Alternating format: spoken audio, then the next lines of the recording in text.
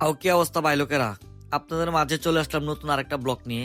আর এর আগের ব্লগটাতে প্রচুর পরিমাণে ভালোবাসা পাইছি, যার কারণে এবার ব্লগটা একটু তাড়াতাড়ি নিয়ে আসলাম। আজকের ব্লগে আমার হুন্ডা থাকবে না, সাথে থাকবে আমার টেসলা গাড়িটা। কথা কইতে দেরি আমার টেসলা গাড়ি আইতে দেরি নাই, দেখেন সাই করে উইরে আমার টেসলা গাড়িটা চলে আইছে।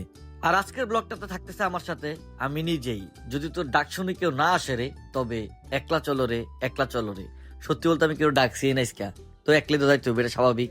রাস্তা দিয়ে আসার সময় একটা লোকের জানাজা দেখলাম, জানাজা দেখে আমার মনটা খুব খারাপ হয়ে গেছে। ভাবছি আজকে ব্লগটা আর করবোই না, কিন্তু আপনাদের এত এত পরিমাণ ভালোবাসার কথা মনে পড়ে গেল যে ব্লগটা না করে থাকতেই পারলাম না। দূর আদারা কথা কইতে কইতে আজকের ব্লগে কোথায় যাচ্ছি, কেন যাচ্ছি, কি হচ্ছে না হচ্ছে বলতেই ভুলে গেছি। আর আমি বলবো না বরাবর মতো এবারও, এটা আপনারা খুব ভালো করেই জানেন। আর এখন আমি আছি কুমিল্লার টমসম ব্রিজ। আর এই ব্রিজে জ্যাম লাগবে না, এটা কি কোনোভাবে হতে পারে? আর এই টমসম ব্রিজ আসলে আমার মনে পড়ে যায়, কি ভাবছেন এক্সের কথা? আর ধর্মিয়া না, গানের কথা। এ শহর জ্যামের শহর, প্রাণের শহর, এই শুধু জ্যাম থাকে রে।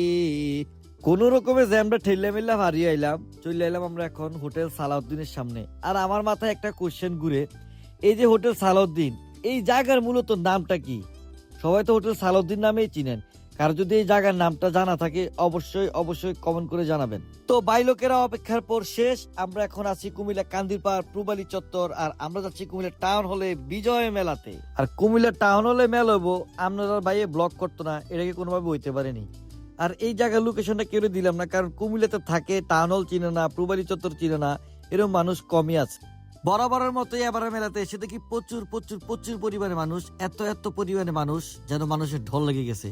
তবে এই মেলাতে একটা সুবিধার বিষয় হচ্ছে, এই মেলাতে গাড়ি পার্কিং এর ব্যবস্থা করছে। সচরাচর আমরা টাউন হলের মেলাগুলোতে কখনোই দেখি নাই পার্কিং এর ব্যবস্থা করতে। আর এবারের বিজয় মেলার ডেকোরেশনটা সত্যি খুব সুন্দর করছে, যেটা আসলে আপনারা সরাসরি না দেখলে বুঝবেন না।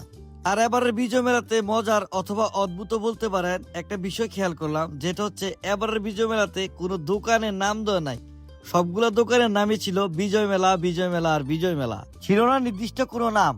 এই জন্য এক অদ্ভুত নিয়ম করলো মেলা কর্তৃপক্ষ।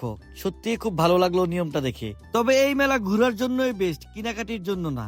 এখন আমরা কইতে পারেন আমি এই কথা কি লিখে কইলাম, এই কথা বলার পিছনে কোনো না কোনো কারণ আছে।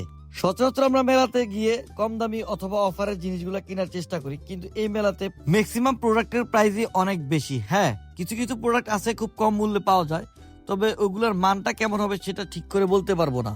আর এই মেলাতে কি কি আছে সেটা ডিটেলসে না বললাম, কারণ সচরাচর সকল মেলাতে একই জিনিস থাকে। তবে হ্যাঁ, এই মেলাতে আন্টির মায়েরা কেক বানাইছে, আর কেক গুলো দেখে আমার জিভে পানি চলে আসে, কিন্তু আমি খাইছি না। এখন আমরা কবে রামনে রুয়ের